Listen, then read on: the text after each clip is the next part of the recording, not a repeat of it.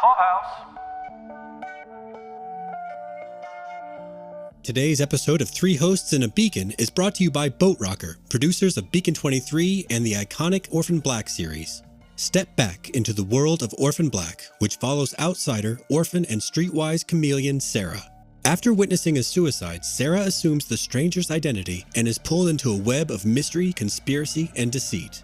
Relive the gripping suspense of Orphan Black. Watch all 5 seasons on AMC Plus and BBC America Now.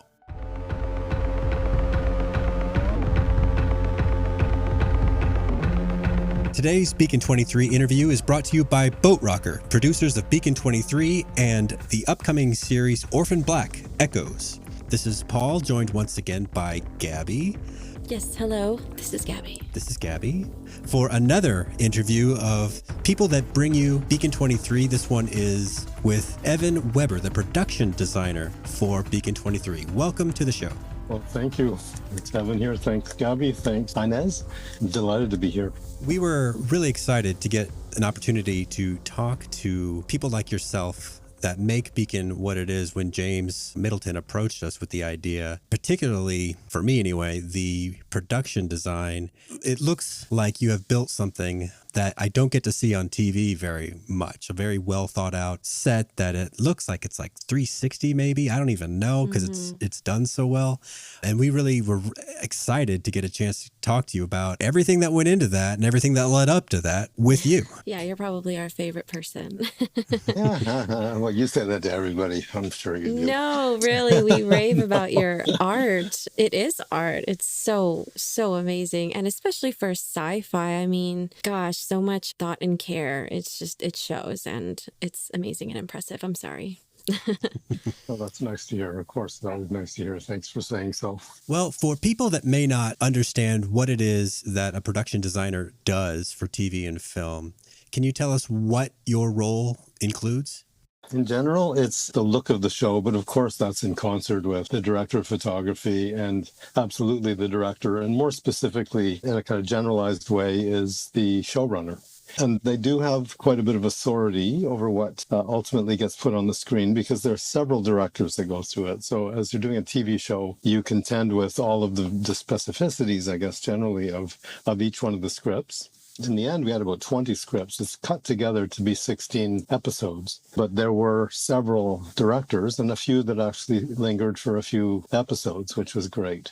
But as the production designer, so you're a bit of an editorialist in a sense, because production designer is responsible for the look, of course, and setting the stage, or helping to set the stage for all the action, and to give as much opportunity as you can for your DOP, multiple DOPs, because they also do a skip stop. They sometimes shoot in blocks where you'll have a DOP for a couple of episodes, and then you'll get another one preparing as you're shooting with one of them, and they're ready for the next 1 or 2 episodes, and then it rolls like that as you go through the season.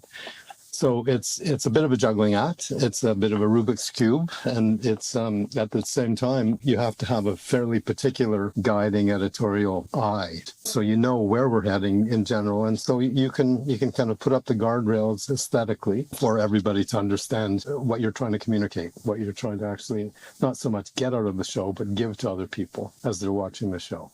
So you're consistently there, and you said the DOPs are in and out, and so you're kind of like maintain the heart of it? Somewhat, I would say so, yeah. And I also pride myself, or I strive to have good relationships with all of these people. And sometimes, of course, you have conflict about what some see and or don't see in what they're trying to achieve, because they also have their particular agenda. And that's probably not the right way to characterize it, but they have a strong aesthetic sense as well. So I always think that, me as the production designer, I'm part of what Dan Percival, he was the first one for a few of our episodes.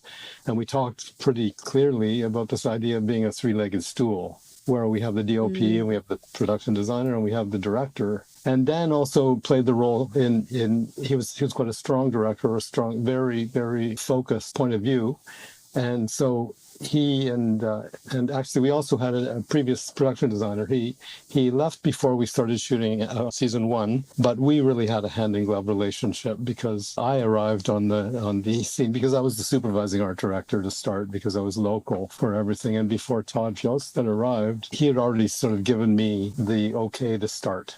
We had a very trusting relationship. It was wonderful. He knew that I was an architect and that I had I always say I'm an architect like a gun. I'm licensed and registered, so that I have a depth of knowledge of buildings and of that whole kind of idea about what you can do with constructed or physical form. So I think that we got off on the right foot very quickly, and he also had many, many opportunities arriving for him. So he was happy that I could just carry on and take it forward, with our vision, really the way it started. But it ultimately, of course, I refined it into a slightly different direction, especially season 2. It was very specifically mine, but there's a legacy there that I have to acknowledge that Todd and I created together, which is really quite lovely. I know that this season, each episode is diverse, I guess, with the feel. I think in season 1, you were on the beacon a lot. And season 2, it's just, I feel like every episode so far is just a completely different feeling, a completely different emotion. And I think that the set makes such a powerful statement, I think more powerful in season 2 than season 1. And so do you have any elaboration that you can give on that as far as like your inspiration or your motivation for season 2? Yeah, well, I can, because first of all, it really is kind of large world building exercise. And it's quite involved when you're trying to describe things that just may get a glance because you're building things that there's a subliminal effect of what you're doing in many cases, in very small details. And I think that that's exactly what I really focus on, is making it as convincing or as fulsome, as you can, as a place that you're visiting as the viewer. So when you go from season 1, where we were really very self-contained on the beacon, and we're sort of telling the story, because the beacon really is a character in the show. It's quite a powerful presence. And understanding or building that and making that presence as effective as possible was really the goal of season 1. And then as the writers were starting to explain that we go back to QTA, of course, to the headquarters, and you see certain characters not drop out so much as transform, because there's a physical and metaphysical component to the storytelling, or super physical, with the AIs.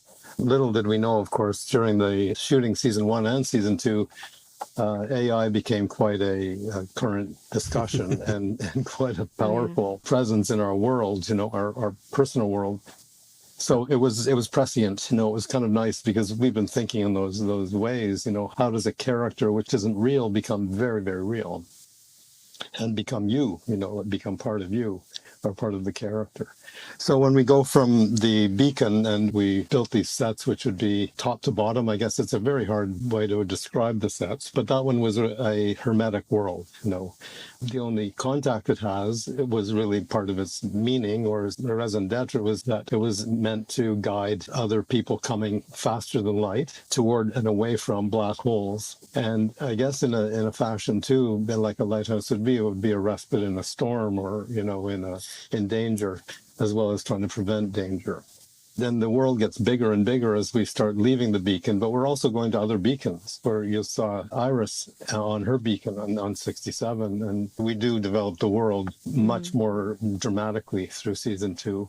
And I have to say that the one thing that I know that I brought to this, and I'm quite proud of, is because I don't have that fear of color, is I bring color to the sets in a very big way.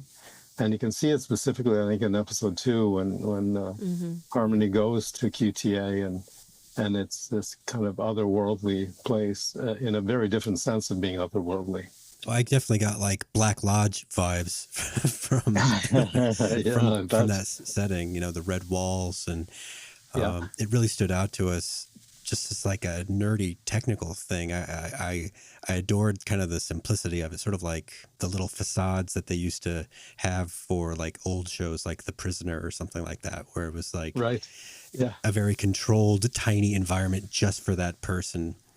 And like particularly the room when Harmony thinks that there's someone behind this window, and she opens the door and there's nobody there. From a construction standpoint, did you guys just basically build like a room and a hall, and that was about it?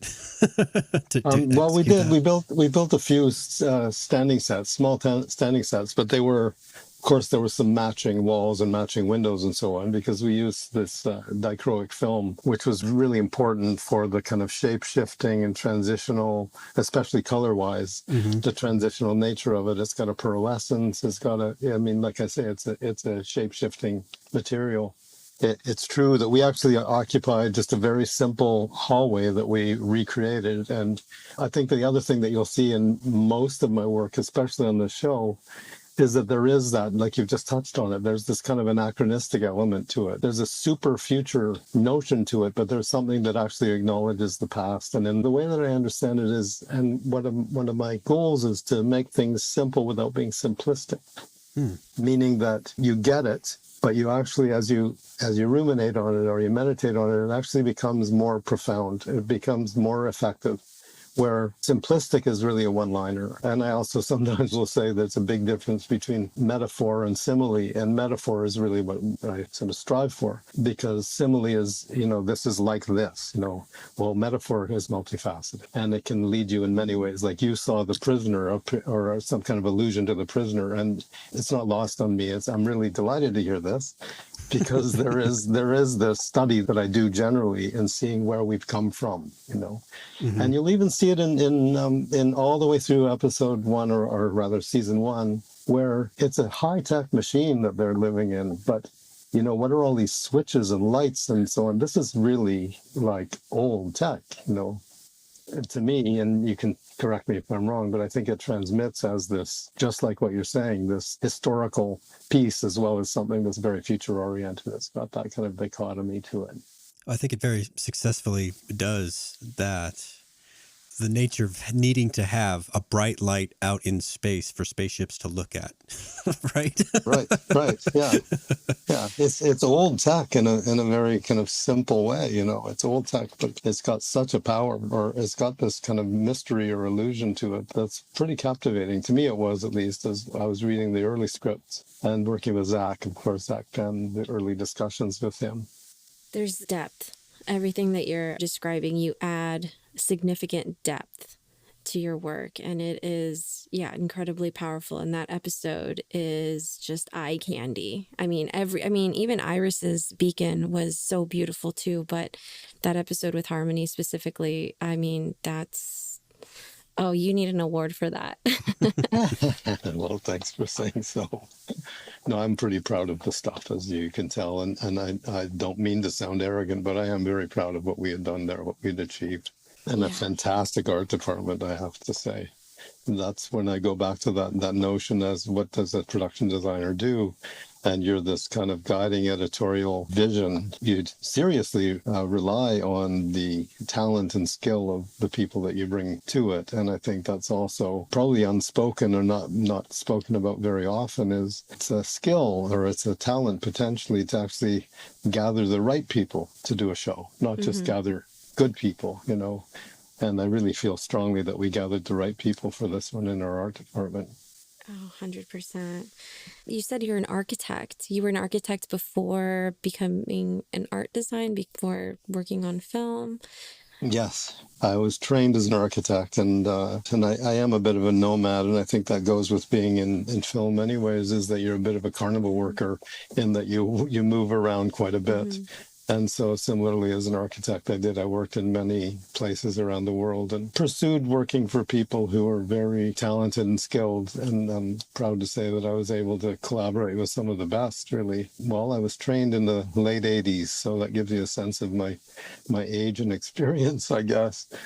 And I was making, that's right, I'm a classic. I was making films when I was going to architecture school through the 80s.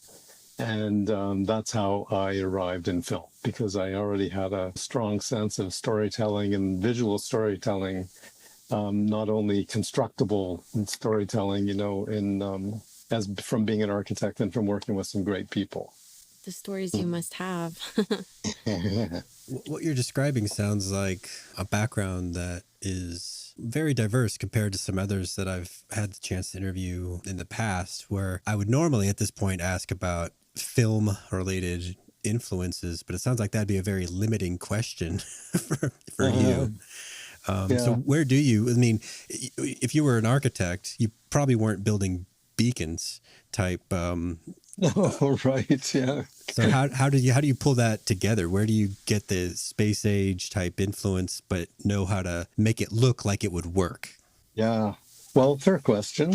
I think that you're right. I think that, again, that's one of the things that I pride myself in, as being a bit of a dilettante may be the wrong characterization. But if we go even farther back, when I was 16 or 17, and I was really in the first wave of the punk movement in Toronto, and spent quite a bit of time in New York City as, well, it was the summer of sound, to be plain. 1977 with the New York blackout, and Sam had terrorizing the city, was also the same time when the Ramones and the Dead Boys and Blondie and Richard Hell and the Heartbreakers and all those people who we were rubbing shoulders with, because I am actually a musician by training, to broaden my kit of parts as well. And I would say that I'm actually a musician first, because learning how to play piano when you're 5 to 15 then leads me into, of course, the curiosity of the other instruments and the guitar and the bass and singing and so on.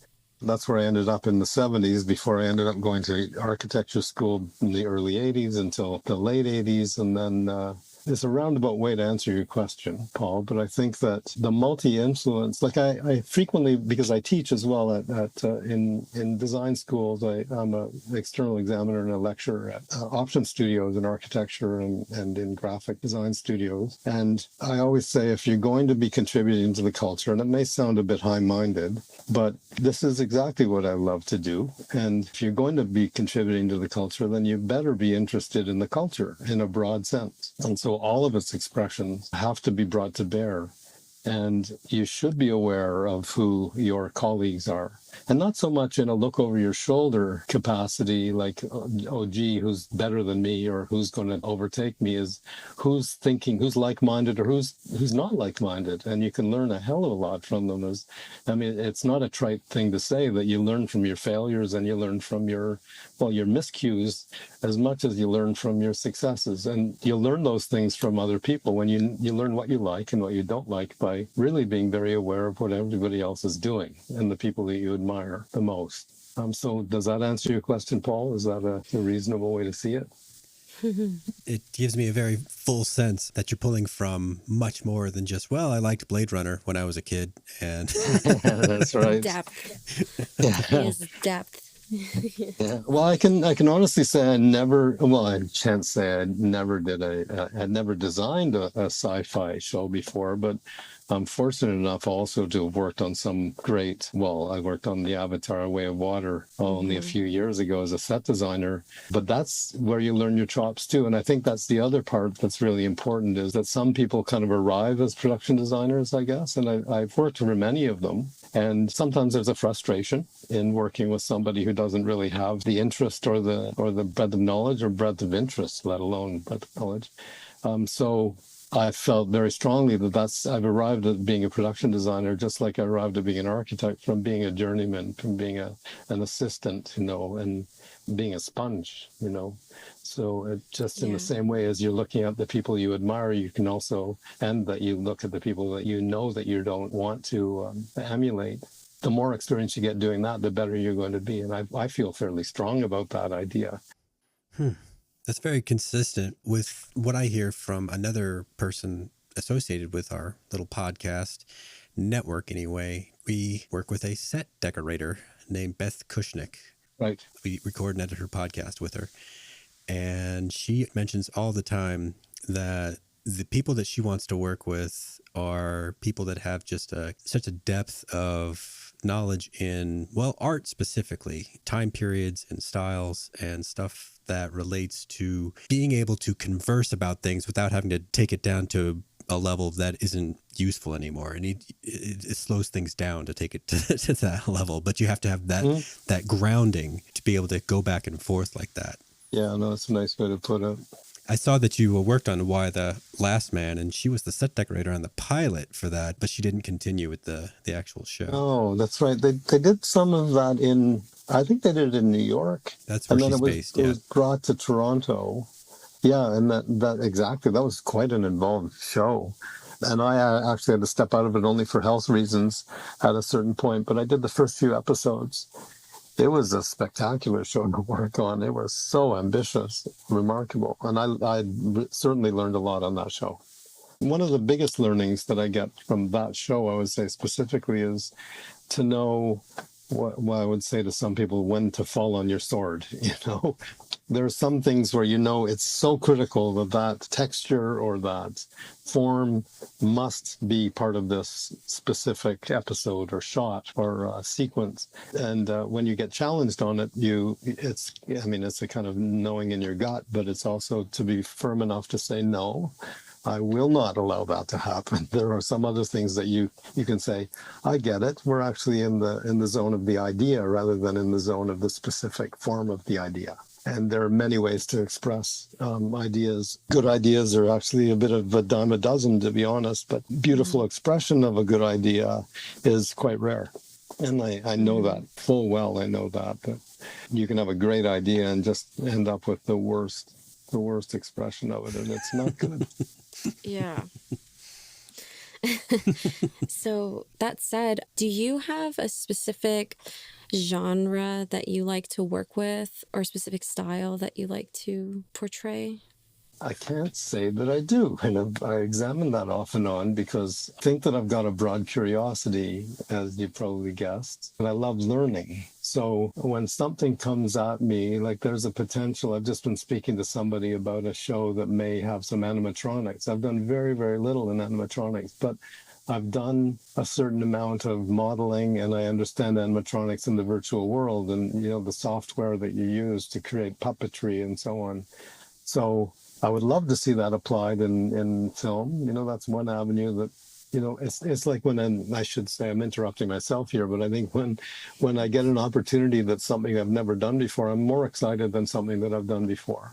I can say that honestly. So I can't say I'm that single-minded that I have a specific delight, but I would say that I have a profound sense that form has meaning. Some people don't. And I think that anything that gives me the opportunity to prove that to myself as well as to others is great fodder for designing. You mentioned that idea of old with new, and I've been kind of turning that over in my mind a little bit. I know that set decorators have a certain role for choosing different things that wind up on the set, but going back to that harmony-centric episode and the old-timey unpowered typewriter and the fax machine and all that, was that deliberately put there in the writing or you or the set deck, or how'd that work? Because we were all very charmed to see those things. No, and we had to look for them. We had an excellent set decorator team, like excellent. When you have a good team, it really does make your job easier. That was all of the above, like you say. And the director, who I know quite well, the director for that episode specifically, he was very, very clear in his intention to make this entirely different than everything that we've seen to date on the Beacon, because we were in a different world and we didn't even know what world we were in. In the QTA headquarters, we don't know where we are. We presume we're on Earth again, but are we on Earth again? So to give these touchstones or these anchors for familiarity of the kind of old folks, if I can call myself that, was really a powerful dislocating force, because there are some people who would look at it and say, what the hell? Like, how do you word process on that thing? Even my youngest daughter knows what a typewriter is, but she said, this just sounds so... like archaic is a pleasant way to put it. This sounds like crap, Why would I want to do that? And the broken mug and there's things that you would presume should be dealt with in a more, can I say, futuristic way? Why are we looking so far back when we're so far in the future? It was all very intentional, though. You're right. I mean, I suppose that's like when I say that form has meaning, every move you make is a decision, even if you don't want to admit it. And that was a clear decision. And you said that you have an exceptional team for Beacon 23, and that this is not like such a common occurrence. Do you have any other memorable experiences with any of the other projects that you have worked on in the past? With Avatar or Handmaid's Tale, was there another special group that really made things just fit perfectly for you? You're touching on something that it really is this capricious thing, you know, you don't know because you're frequently not entirely in control of everybody that well, you generally aren't entirely in control. So the whole team or the broad team. But I would say most of the projects that I was the art director on, I think that's where I learned this quite powerfully, was that I'm well known, at least in my circles, for being somebody who does assemble great teams. So the art director does that for you generally. But now I bring that to me as a production designer because I know I can turn to the art director and say, this needs this kind of skill and talent to help me out, to make this even better than what I think it can be. As the art director, that's always, I would say, I spent a lot of my life being the lieutenant, you know, or being the guy who was supporting visionary people. And so I have a very strong point of view on that too, that there's a massive difference between changing your mind and being indecisive. There are people who don't understand the difference between indecision and changing your mind, because changing your mind means that you realize that you've made a mistake or that you're on the wrong path, but you had a path you were on. Indecision starts with no path. And the biggest issue that you'll find when you're trying to support somebody who's indecisive is that you subsidize that indecision with your life energy. All of your skill and talent is not effectively catalyzed. It doesn't help that you're really, really good at what you do because there's nobody actually guiding you. So I feel very strongly about that. And I'm very fast at making decisions. And I'm very clear about when I present my vision about what the stage set should be or what the desired effect of a specific scene or sequence or episode should be. And I think that I expect that from people as well. Going back to that capricious nature of the industry where you don't quite know whether you're going to have somebody who has the same belief or drive. I would say, and in general, to do a very roundabout way of answering your question, I would say that most of the shows that I worked on as art director or supervising art director were pretty good experiences from the art department point of view. And it sounds boastful, but I think it's true because people show up for me. I don't think it sounds boastful. I think it makes sense. I think people like you probably find each other. There's something about that energy and that ambition and that teamwork that it works out for all of you. So at least when I go out into the world, I do find those people. I also have had several interests that have come together for my life and my benefit and the constant growth, the constant sponge I can relate to. Anyway, though, I did have another question, though, about your journey into set design into set production. So we interviewed Will Marriott, who composed the scores for Beacon 23, and he described his introductory into the film industry as starting from the bottom, like craft services and being the coffee runner. I just wanted to know, you came from architecture, so I just wanted to know if you had a similar initiation, like moving up the ladder in the industry. I can't say I have. Well, the simple story, it may take a little longer, was that I was working as an architect and I was helping to design all of the cineplexes around the world. And because I had, with a specific firm that I was working with, which were really fantastic people, delightful people to work with. But you could see that there's only a certain number of, this is the 90s, the late 90s, the mid 90s, sorry. And we had a good few years of just building hundreds of cineplexes literally around the world. So the invention of the curving screen came from our office when we were working on it. The whole kind of comfort level of the viewer took a massive leap forward in the mid 90s through the late 90s. And so I could see, as a kind of calculating mind, I could see that business of distributing, or rather projecting films, has a whole industry behind it that we're all relatively aware of.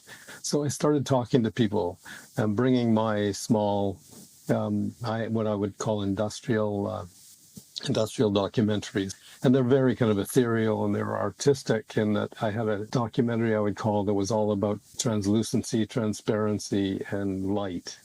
and it was all 16 millimeter or 8 millimeter. So I had that experience of the kind of old school autodidact. I trained myself how to do editing and so on, and to tell a story in 5 or 6 minutes through my architectural training to describe a specific effect that I was trying to achieve with a specific form. I was designing a YMCA, and I would be talking about a hallway, and I really wanted this hallway to actually have this kind of ethereal sense to it, that when you're outside of it, you would see these ghosts walking by, and when you're inside it, you actually get this refracted and reflected light in it. And so I would talk about that visually rather than with my words. And so I had a few of those small industrial documentaries, as I call them.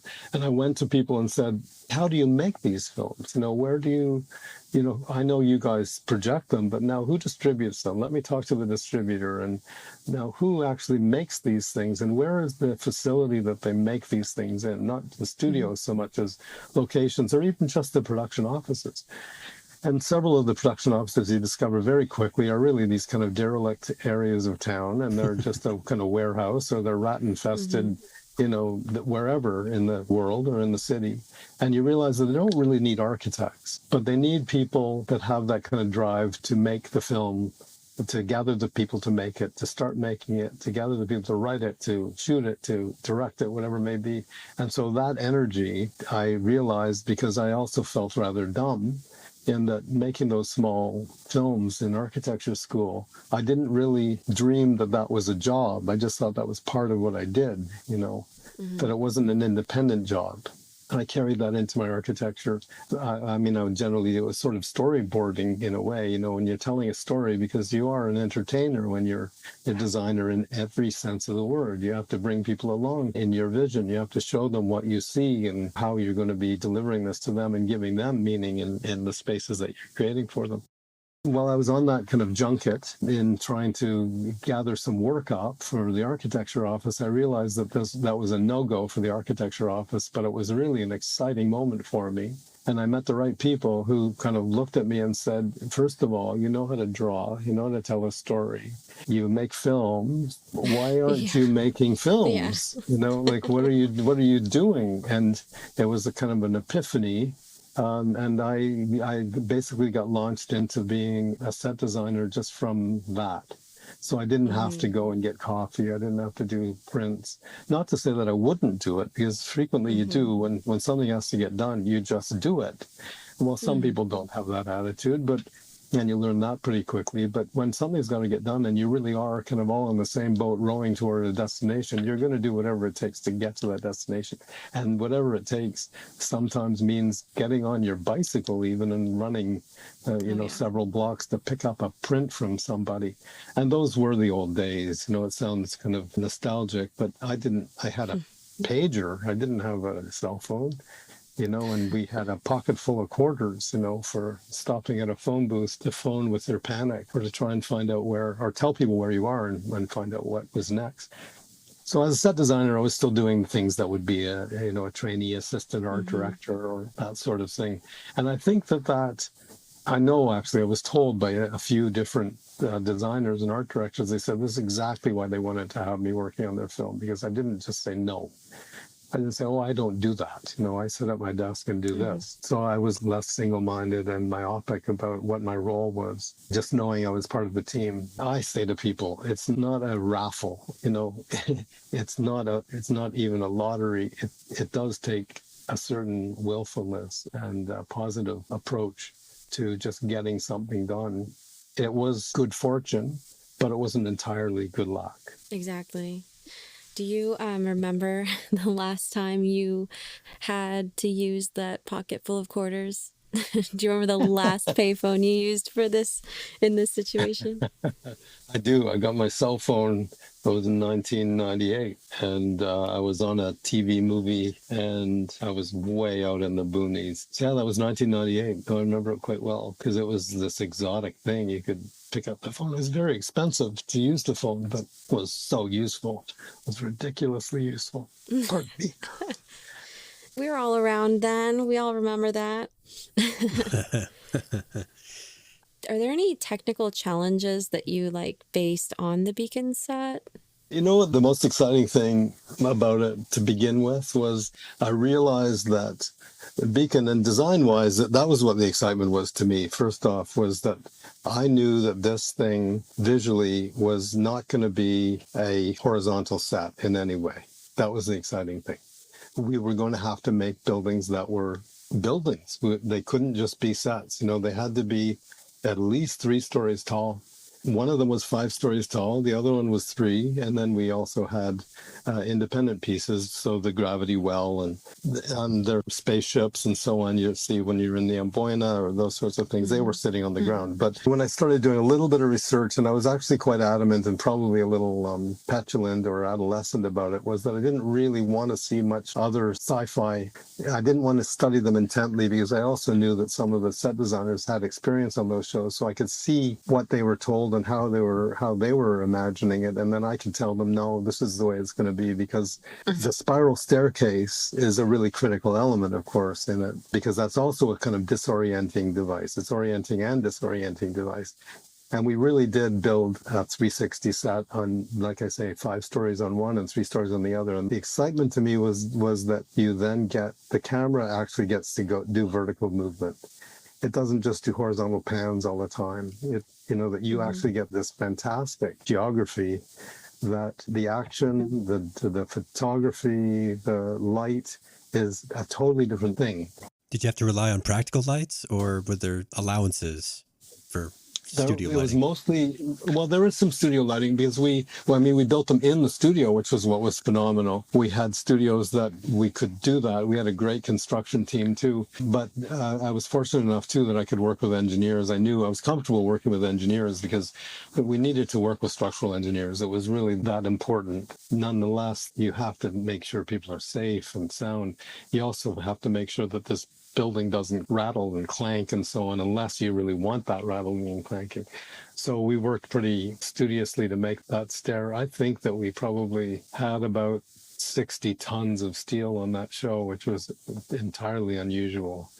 And that was all dismantled. I think it still sits there, and we're hoping for season 3. And maybe you guys know more than I do. I haven't heard about a season 3, but I'd really love a season 3 to arrive, because we could explore even more with this show. There's so much more to go.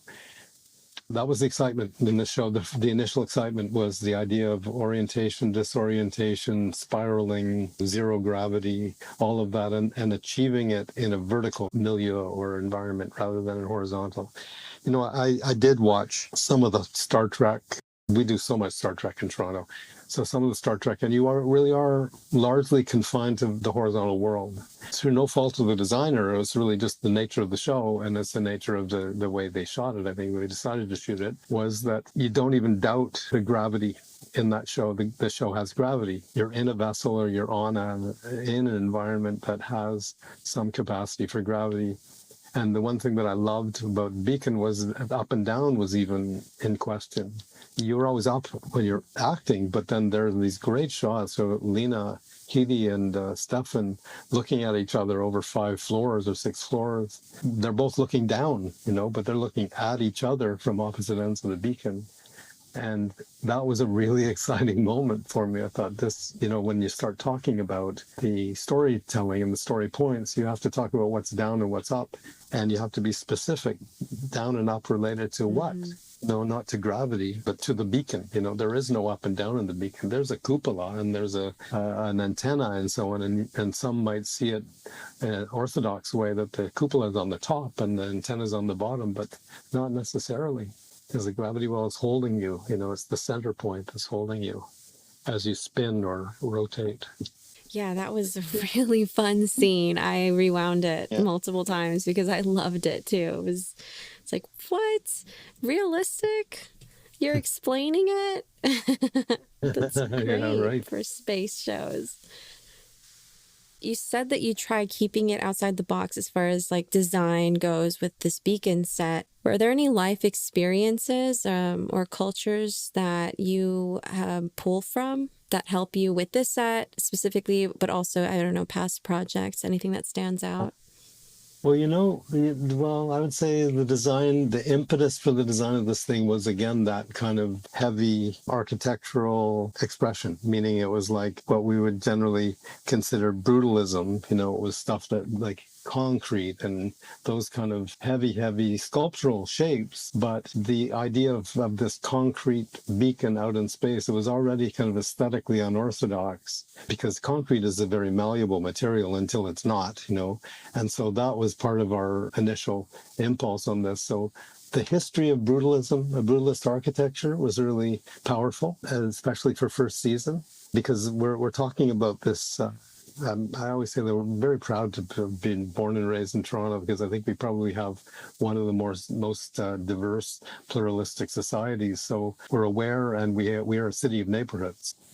So it was easy, I would say. It's probably, again, it's not quite the way to characterize it, but it came to mind more quickly for me because I've got access to all of those cultures immediately. You can go and do your research very, very easily. You don't have to look in books. You can go and talk to people. There are, I don't know how many hundred living languages there are in Toronto. I worked in an architect's office where we had 47 living languages in the studio, in our architecture studio. It was astonishing.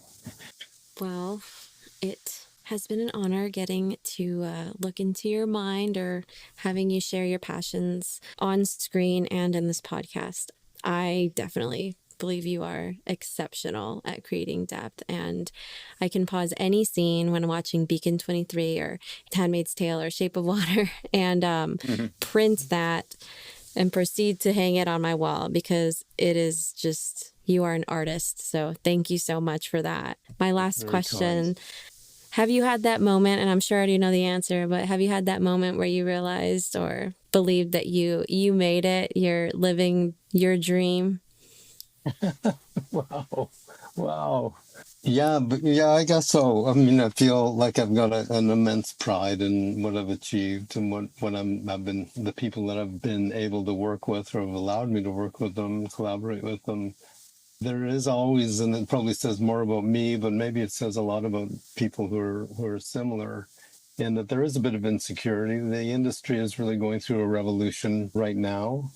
And we're seeing another big shift, of course, and after all of the unrest of the last year there's always this sort of niggling doubt. And I guess that there, in a fashion, that kind of spurs you on to try and achieve more or to figure out how to navigate this new environment, like we mentioned earlier, AI, but it's also really the kind of restructuring of the industry that we're witnessing right now. I do feel like I'm kind of at the top of my game right now, so I love to do more, and actually kind of pass that along to some, because you do get to meet some great people. So I'd like to pass that along to some of the art directors that you can see who really should be flexing their design muscles. Well, if people wanted to check out your work or anything like social media, where would they be able to find you? Well, go to my website, evanweber, all one word.com, and you'll see the kind of diversity of my work, I guess, from, I always say I'm film, music, art and architecture, and critical dialogue or teaching. That's where it is, evanweber.com.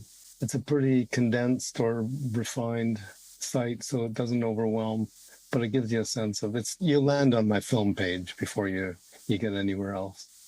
You said you lecture as well? I do. I And so work where? at mostly in the graduate schools here in Toronto. Toronto's where I was born and raised, so it's kind of like the center of gravity. I keep coming back here because I have three children, and they're not children. They're 35, 32, and 24. But this is where life is sort of centered. And my wife, of course, who's an Olympian, and she's a retired Olympian, so she's still got some really strong connections to.